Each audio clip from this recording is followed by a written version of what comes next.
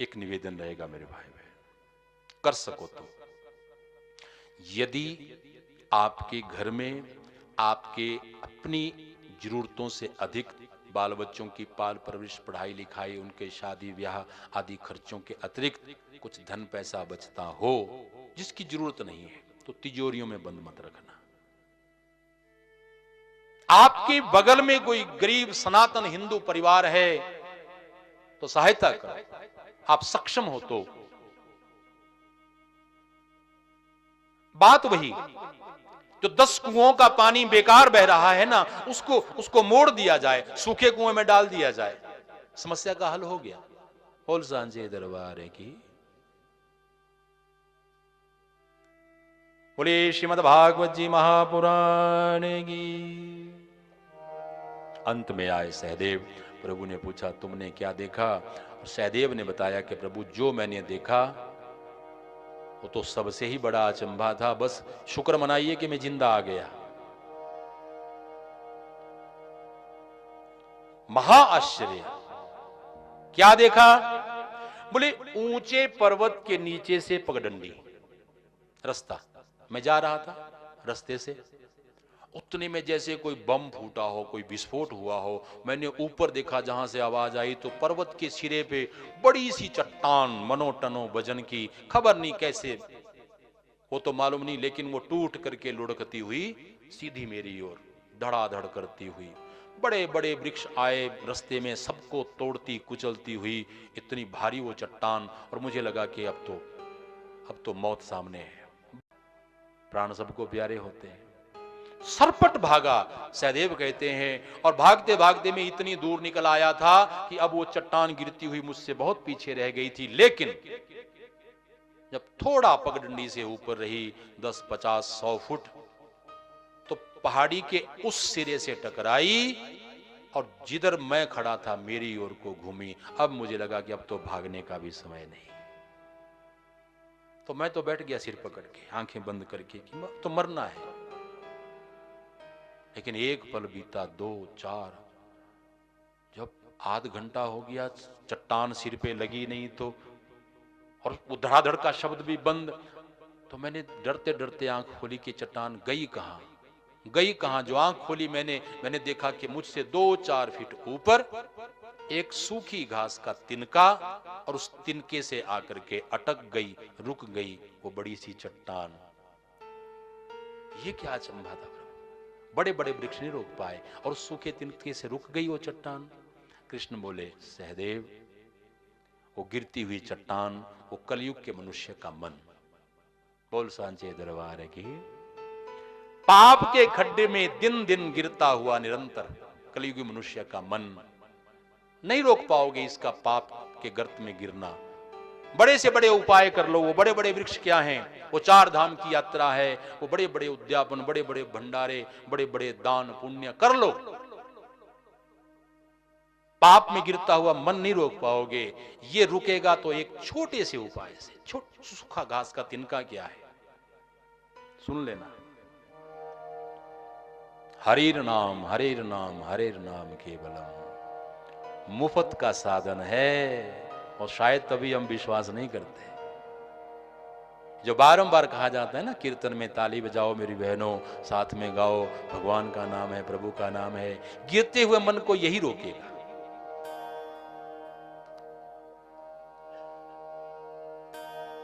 जिसने हरि का नाम लिया है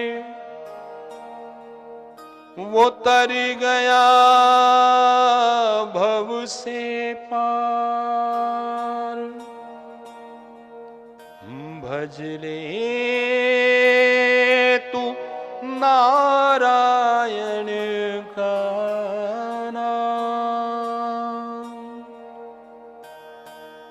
नाम संकीर्तन की महिमा पे बड़े सुंदर सुंदर भजन आए हैं। लेकिन एक विशेष अपनी रुचि का भजन जो हमें ध्यान आ रहा है, मेवाड़ की मीराबाई का गाया हुआ। सब बहनें साथ में गाएं, ताली बजाएं। भजन के बोल। आती जाती ये श्वास रूपी पंछी इसी से बात करते हुए मीरा कह रही है, बोल सुआ राम राम। सुआ कहते हैं तोते को। बोले बड़े चाव से पाला है तुझे सोने के पिंजड़े में, बोल राम, तेरा भी भला और मेरा भी भला। बोल सुआ राम राम, मीठी मीठी वाणी रे, बोल सुआ राम राम, मीठी मीठी वाणी रे, बोल सुआ राम राम, मीठी मीठी वाणी रे, बोल सुआ राम राम, मीठी मीठी वाणी रे, बोल सुआ राम राम, बोल सुआ राम राम, हे मीठी मीठी वाणी रे, बोल सुआ राम राम। तालियां।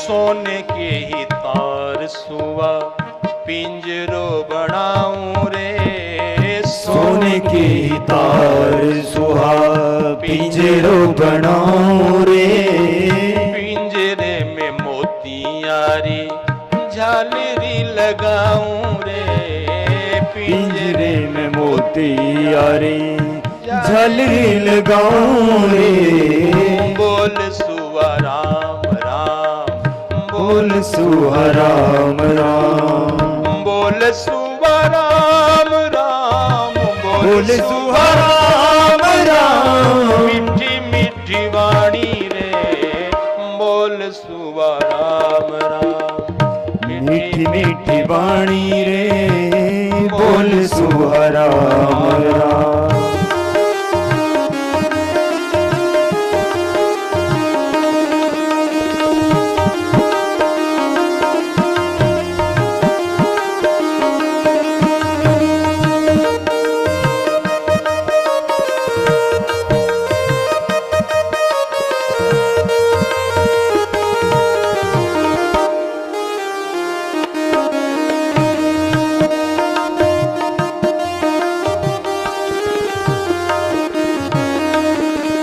दूध घी मिठाई मेवा मिश्री खिलाऊं रे, दूध घी मिठाई मेवा मिश्री खिलाऊं रे, आम का ये रस तने घोड़ घोड़ प्याऊं रे, आम का ये रस तने घोल घोल प्याऊं रे, बोल सुआ राम राम, बोल सुआ राम राम, ए, बोल सुआ राम राम, बोल सुआ राम राम, मीठी मीठी वाणी रे, बोल सुआ राम राम, बोल सुआ राम राम, बोल सुआ राम।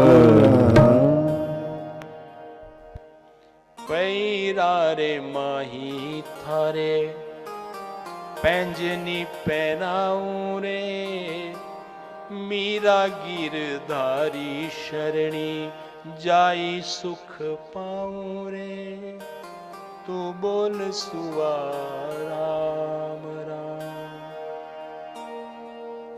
जिसने हरि का नाम लिया उतर गया भव से पार। करिएगा विश्वास मेरे भाई मेरी बहनों, यहां ऐसा लिखा है कि कलयुग केवल नाम आधार। बड़े छोटे से साधन से बेड़ा पार होता है।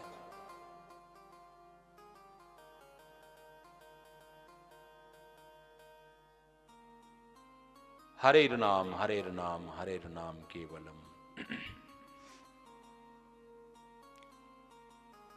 चले, कृष्ण की युक्ति काम कर गई। युधिष्ठिर जी के मन में बात बैठी। और राजगादी, संचालन राज्य का। और ऐसा लिखा है कि राजा धार्मिक हो तो प्रजा में सर्व सुख होता है। कैसे राजा थे युधिष्ठिर, हम कल्पना भी नहीं कर सकते। राजमहलों के पीछे 2 खेत, अपने हाथों हल चलाते हैं, अपने परिवार के लिए अन्न अपने हाथों से उगाते हैं, राज खजाने से अपने लिए, परिवार के लिए एक पाई भी नहीं लेते। ये कथाएं आज के उन भ्रष्ट नेताओं के लिए सुंदर सीख है कि जिनको 5 साल कुर्सी मिलती है तो खुली लूट है। लगे बुरा किसी को तो लगे, हम ये भी नहीं कहते कि सारे नेता भ्रष्ट होते हैं। दुनिया चल रही है तो कहीं सत्य भी है, लेकिन ये जनसेवा के नाम पे चले, अपनी कथा को आगे बढ़ाएं। दिन दिन समय बीतने लगा और अब भगवान कृष्ण ने पांडवों से आज्ञा मांगी है और बुआ कुंती के महलों में गए हैं। हाथ जोड़ के कहा, बुआ जी दुख भरे दिन बीते रे भैया, सुख भरे दिन आयो रे। अब गए, रोना धोना छोड़ो, अब गद्दी मिल गई तुम्हारे पुत्र को, अब आप राजमाता हैं। तो जिस काम के लिए आया था मैं हो गया, अब मुझे आज्ञा करें। यहां सुंदर 26 श्लोकों के बीच में महारानी कुंती ने स्तुति करी थी भगवान कृष्ण की। स्तुति माने वंदना।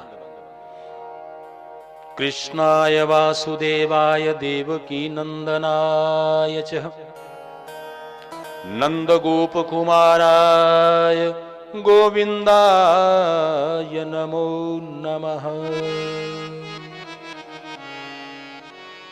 जो काम की बात है वो पकड़िएगा, हम आगे चलेंगे। सच्चे मन से जब कोई वंदन करता है तो प्रभु बंधन में आते हैं। वंदन माने प्रणाम। लेकिन क्या करें, हम कलयुग वालों को तो बुआ कुंती की तरह वंदन करना भी नहीं आता। पूछो कैसे? एक तो कभी तीर्थ मंदिर में जाते नहीं और गए भी तो फिर दशा वो, बोले तन मंदिर में मन जूते में, खड़े हैं ठाकुर जी की मूर्ति के आगे हाथ जोड़ के, और ध्यान कहाँ है? जो सीढ़ियों पे जूते खोल के आए हैं, 2-3 हजार के कल ही खरीदे हैं।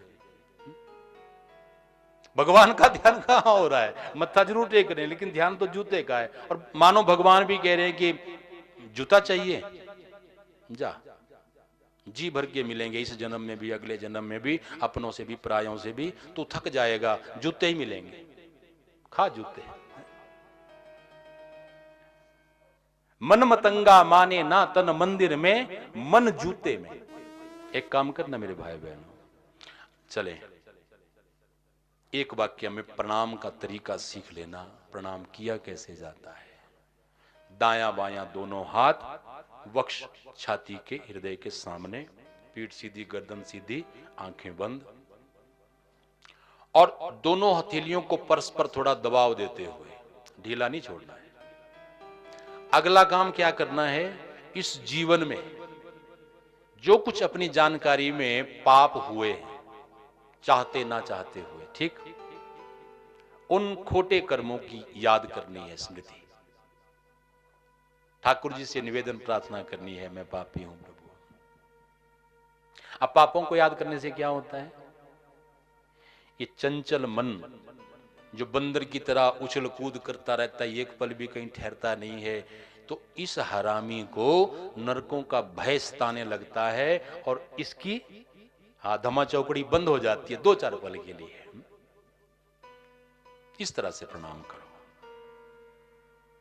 प्रणाम के अनेक प्रकार, उसमें पुरुष वर्ग भाइयों के लिए दंडवत, दोनों हाथ भी आगे बिछे हुए, पूरा शरीर डंडे की तरह जमीन पे।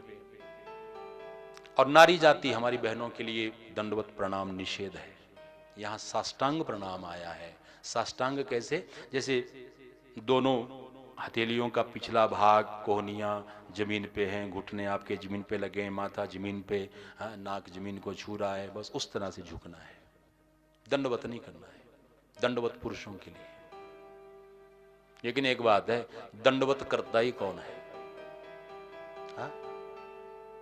एक जजमान थे कोई, तो पंडित जी, पुरोहित जी, कुल पुरोहित ना, जब भी मिलते बाजार में तो जजमान रुतबे पैसे वाला भाई अपनी अकड़ में दूर से बहुत ऐसे बोलता, पंडित जी दंडवत, पंडित जी, हाँ, बोलने से हो जाता है कोई दंडवत। तो पंडित जी के साथ कोई जा रहा था, बोले जी ये कौन है जो चीख रहा है दंडवत? बोले जजमान है मेरा। तो ऐसे होता है दंडवत।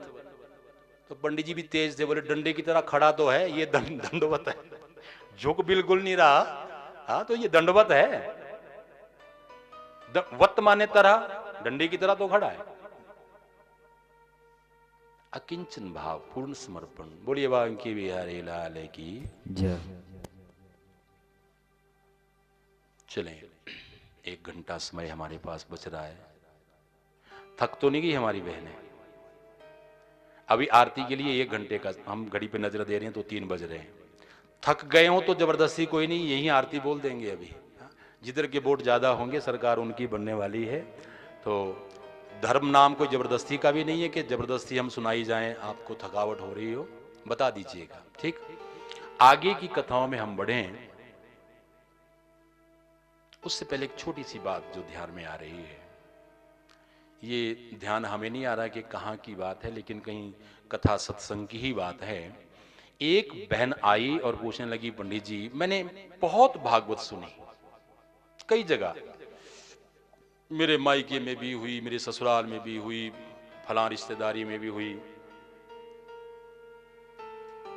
लेकिन एक चीज वो बहन कहे कि मेरी समझ में नहीं आई। भगवान श्री कृष्ण का जन्म होता है चौथे 5वें दिन की कथा में जाके, और जो लीलाएं उन्होंने अपने प्रौढ़ अवस्था में करी, द्वारिका का चरित्र, महाभारत के युद्ध में पांडवों की सहायता, भीष्म पितामह को दर्शन दिए, बुआ कुंती का आशीर्वाद लिया, वो सारे प्रसंग और लीला समेटने की कथा भी, वो भागवत जी में सब पहले आ गए। और कृष्ण का जन्म फिर कहीं आगे जाके होता है। 24 अवतारों की कथाओं के बाद, ध्रुव, प्रहलाद, अजामिल आदि भक्तों की कथाओं के बाद जाकर के, तो बोले ये घालमेल क्यों किया वेद व्यासी ने? सीधे सीधे क्यों नहीं पहले दिन कृष्ण जन्म करते और वहीं से पूरी लड़ी आगे बढ़ाते? ना सुनाने वाले उलझते, ना सुनने वाले उलझते। ऐसा ऐसा घालमेल वेद व्यासी ने क्यों किया? चलो, ये तो अवतारी वेद व्यासी जाने क्यों और कैसे, लेकिन जहां तक हमें समझ में आता है ना, अपनी कथा को सजाने के लिए, रुचिकर सुंदर बनाने के लिए, आपने देखा होगा अमूमन आज की फिल्मों में भी जो अंतिम दृश्य होता है सिनेमा का, उस फिल्म का, वो सबसे पहले आता है। कचहरी लगी है, किसी का फैसला हो रहा है कि इसने गुनाह किया कि नहीं किया, वकील खड़े हैं, जज साहब फैसला दे रहे हैं, ये वो। अब कौन है ये, किसका क्या मुकदमा है, किसको सजा, हमें कोई मालूम नहीं है। पूरी स्टोरी उसके बाद चलती है, होता है कि नहीं? बैकग्राउंड स्टोरी बोलते हैं इसको। और हमारे शास्त्रों में इसको कहा है नेपथ्य शैली। पूरी कथा, अभी तो पर्दे के पीछे का थोड़ा बताया जा रहा है। रही भगवान के जन्म उत्सव की बात, कल फोटोग्राफी वाले हमारे साथ में बच्चे थे यहाँ 2, अभी नाम भी बड़े प्यारे दोनों के, सड़क में घूमते हुए बातचीत हो रही थी हमारी। हमने एक बच्चे को पूछा कि बेटा तुम्हारा नाम? बोले पंडित जी मेरा नाम करण। और दूसरे को पूछा, बोले अर्जुन। बहुत अच्छा लगा, है? बहुत अच्छा, धन्य, वो माता पिता भी धन्य है। देखिए, नाम भी हमारे जीवन में बहुत प्रभाव करता है। बारंबार जब उस नाम से पुकारा जाता है तो कहीं ना कहीं वो वाले गुण, वो वाली छाया हमारे मन मस्तिष्क तक पहुंचती है। सुंदर शास्त्रीय नाम रखें। श्रोताओं से निवेदन अपने बच्चों के। चलें, तो ये बच्चे पूछ रहे थे, पंडित जी जन्म उत्सव कन्हैया का कब होगा? उसी हिसाब से उनको भी तैयारी शायद करनी होगी। अमूमन भागवत जी की कथा में चौथे दिन की कथा आरती के बाद कृष्ण जन्म बोल दिया जाता है, ताकि आगे के बचे हुए 3 दिन जो हैं वो श्री कृष्ण चरित्र के लिए अब कृष्ण जी का चरित्र विद्वानों ने 3 भागों में बांटा है। पहला चरित्र वो जो 11 वर्ष 6 महीने की उम्र मेरे गोविंद ने ब्रज गोकुल में नंद बाबा की गौ में चरा करके बिताई। वो ब्रज गोकुल का चरित्र, एक दिन की कथा वो हो जाती है। फिर 11-12 वर्ष की उम्र हुई, मथुरा गए, कंस को मारा, अन्य अन्य पापी राजाओं का वध किया, वो मथुरा का चरित्र। करीब 14 वर्ष का, वो दूसरे दिन की कथा। और ठीक 25 वर्ष की उम्र हुई तो 3 और समुद्र से घिरी हुई दिव्य द्वारिकापुरी बसाई थी मेरे प्रभु ने, और स्वयं वहां के राजा बन करके बैठे थे सिंहासन पे। बोलिए द्वारिकाधीश भगवान की जय। वो पूरे 100 वर्ष का चरित्र द्वारिका का। द्वारिका में ही प्रभु के ये 16,108 विवाह हुए थे। सुदामा जी वहीं मिलने के लिए आए थे। वो सारे चरित्र द्वारिका के हैं। और ये द्वारिका चरित्र के दौरान ही महाभारत भी हुआ था। पांडवों की जो सहायताएं करी थी, युधिष्ठिर का राजसूय यज्ञ संपन्न करवाया था, वो सब और अंत में लीला संवरण। दिव्य चरित्र, दिव्य मूर्ति, दिव्य स्वरूप मेरे गोविंद का। इन ग्रंथों में ऐसा ऐसा लिखा है मेरे भाई बहन कि भगवान श्री कृष्ण की ज्येष्ठ महारानी श्री रुक्मिणी जी, महालक्ष्मी की अवतारिणी, उनसे सर्व ज्येष्ठ पुत्र हुए थे प्रद्युम्न जी महाराज। और प्रद्युम्न जी का विवाह हुआ, बहू घर में आई तो प्रद्युम्न के पुत्र हुए अनिरुद्ध। भगवान के पुत्रों, उनके पौत्रों के भी शादी विवाह की कथाएं द्वारिका चरित्र में आई है। तो मुद्दे की बात यह कि 125 वर्ष के भगवान श्री कृष्ण, ना मुख का एक दांत गिरा था और ना आंख की ज्योति मध्यम हुई थी, ना एक शरीर का कोई केश सफेद हुआ था। ऐसा चिन्ह में स्थायी स्वरूप है मेरे गोविंद का। कृष्ण खड़े हो जाएं, बगल में प्रद्युम्न उनके पुत्र और बगल में उनके अनिरुद्ध को खड़ा कर दो तो तीनों में पहचानना मुश्किल होता है कि कृष्ण कौन है, अनिरुद्ध कौन है, प्रद्युम्न कौन है। एक समान स्वरूप। 125 वर्ष का ये मानव अवतारी चरित्र करके फिर लीला का संवरण किया था, अपने दिव्य धाम को प्रस्थान किया था प्रभु ने। तो 3 दिन तो हमें कृष्ण चरित्र के लिए चाहिए, मोटा मोटा हिसाब। तो कल के दिन अब थोड़ा सा उसमें बाल गोपाल की झांकी रहती है, माखन मिश्री का भोग और थोड़ा झूला भी लगाया जाता है। वो व्यवस्था आप लोग देख लें तो परसों ठीक रहेगा। 3 दिन आगे शेष हैं कृष्ण लीला के लिए। तो शेष बची हुई कथाएं एक आध प्रसंग आज बोलेंगे और कुछ कल, और परसों भागवत जी की अन्य कथाओं को लेते हुए। और ठीक 4 बजे मथुरा दे बीच अवतार हो गया। कृष्ण जन्म का प्रसंग परसों की आरती के समय। बोलिए बाल कन्हैया लाल की जय। श्री कृष्ण गोविंद हरे मुरारी, हे नाथ नारायण वासुदेवा। श्री कृष्ण गोविंद हरे मुरारी, हे नाथ नारायण वासुदेवा। हे नाथ नारायण वासुदेवा, हे नाथ नारायण वासुदेवा। हे नाथ नारायण वासुदेवा। हे नाथ नारायण वासुदेवा। हे नाथ नारायण वासुदेवा। हे नाथ नारायण वासुदेवा। हे श्री कृष्ण गोविंद हरे मुरारी, हे नाथ नारायण वासुदेवा।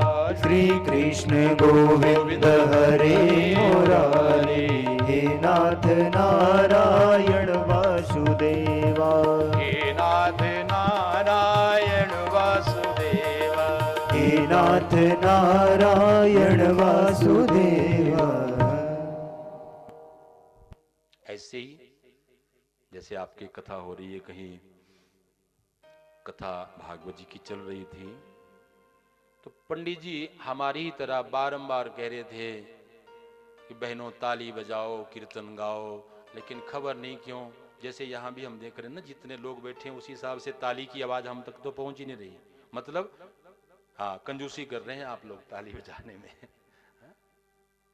ठीक है, यजमान परिवार को भी खुशी होगी जब कीर्तन में ताली बजे और थोड़ा पंडाल गूंजे तो। हाँ, अच्छा, तो वो उन पंडित जी ने एक बात नोट करी कि एक बहन रोज आती है कथा में, बैठती भी सबसे आगे है, कथा भी पूरी सुनती है, लेकिन कीर्तन जब आए तो ताली ना बजाए। और कोई हंसी की बात आए, कोई चुटकुला, तो उस पे हंसे भी ना। तो पंडित जी सोचे कि ऐसा क्यों, इस बहन का व्यवहार, हाथ ही नहीं खोलती, ताली नहीं बजाती। तो रहा नहीं गया, तो एक दिन उन पंडित जी ने बोल ही दिया कि बहन मुझसे कोई गलती हो गई, तुम बस सिर झुका के बैठी रहती हो, व्यासपीठ की तरफ देखती भी नहीं, और बीच में कभी देखती भी थोड़ा गुस्से में। बोले कोई गलती होगी मुझसे? तो पता वो बहन क्या बोली? बोले जाने दो पंडित जी। बोले नहीं नहीं, बताना पड़ेगा, आज नहीं, आज तो मैं पूछ के ही रहूंगा बहन। तो जब ज्यादा जोर डाला तो उस बहन ने पता क्या बताया? बोले पंडित जी बुरा तो मत मानना, लेकिन बस बात इतनी सी है, आपकी शक्ल ना, आपकी शक्ल। पंडित जी बोले अच्छी नहीं? बोले नहीं नहीं, वो नहीं बात, लेकिन आपकी शक्ल ना। बोले हाँ, मेरी शक्ल? बोले आपकी शक्ल मेरी सास से मिलती है और सास से मेरी बनती नहीं है। तो पंडित जी हक्के बक्के बोले तेरी सास को भी दाढ़ी मूछ है कोई मेरी तरह? बोले नहीं नहीं, दाढ़ी मूछ नहीं, दाढ़ी मूछ नहीं, लेकिन आपको देख के ऐसा लगता है कि जैसे आप मेरी सास के सगे भाई हो, शक्ल मिलती है दोनों की। तो बस जब जब आपका चेहरा दिखता ना, मुझे सास के जुल्म याद आते हैं, और तभी ताली बजाने का मन नहीं करता। अब पंडित जी बड़े तेज थे, पता क्या तरीका बताया? बोले बहन ताली बजेगी और एक नंबर की फर्स्ट क्लास ताली बजेगी, जैसे मैं बताऊं वैसे करना। बोले क्या? बोले जो तेरा बायां हाथ है ना, हथेली, जब जब कीर्तन आए इसको समझना ये है सास का थोबड़ा। हाँ, और अपने आप ताली बजेगी और खूब जोर की ताली, तेरा गुस्सा भी ठंडा हो जाएगा। बोल सांचे दरबार की। चुटकुले बनाने वाले भी भाई हैं। एक भाई का यूं सुनाते, शादी ब्याह पे ढोल बजाने जाते थे और ढोल की दोनों तरफ दो महिलाओं के चित्र, एक सफेद सिर वाली बुढ़िया और एक युवान जवान औरत, और फिर ढोल बजाए वो बड़े उछल उछल के। किसी ने पूछा कि ये फोटो? बोले एक मेरी सास का, एक मेरी पत्नी का है, वैसे मेरा बस चलता नहीं उनके सामने, लेकिन हाँ, जब साई बजाने आता हूं तो मैं भी मन की कर लेता। चले कथा में लौटिएगा। बड़ा मार्मिक प्रसंग है ये, कृष्ण कुंती का मिलन भागवत जी के बीच में। कुंती बोली जा रहे हो गाना? बड़ी उदास होके, हाँ बुआ जा रहा हूं। भैया युधिष्ठिर को गद्दी मिल गई, अब मेरा यहां क्या काम, मुझे आज्ञा करिए, जाना है। भाव विभोर होकर के कुंती ने हाथ जोड़ते हुए कहा था, कन्हैया जब तक तुम संग रहे, साथ रहे, तो जीवन के कठिन रास्ते भी मुझ कुंती को आसान लगते रहे। कैसे भूल सकती हो? जीवन में कैसे कैसे महासंकट मेरे टारे हैं तुमने। तुम भले कितना आदर दो, कुछ करो, लेकिन मेरे लिए तो तुम ईश्वर परमेश्वर की अवतारी हो। भरी जवानी में विधवा हो गई थी मैं, छोटे छोटे पुत्रों की पाल परविश,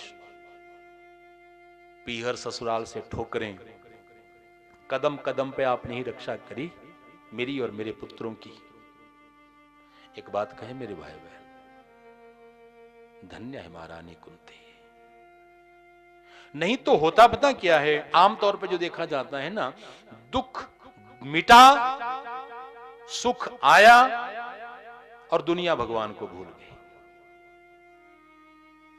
जब घर में हारी बीमारी होती है, कोई दुख तकलीफी होती है, 3-3 वक्त घंटी बजा के आरती होती है, तेरा तेरे अर्पण क्या लागे मेरा। हाँ? और जब मुसीबत हटी फिर तो डॉक्टरों को भगवान बोलने लगते हैं कि फलां डॉक्टर ने मुझे ठीक किया, वहां से उपचार हुआ तब ठीक हुए। भगवान, असल भगवान को लोग भूल जाते हैं।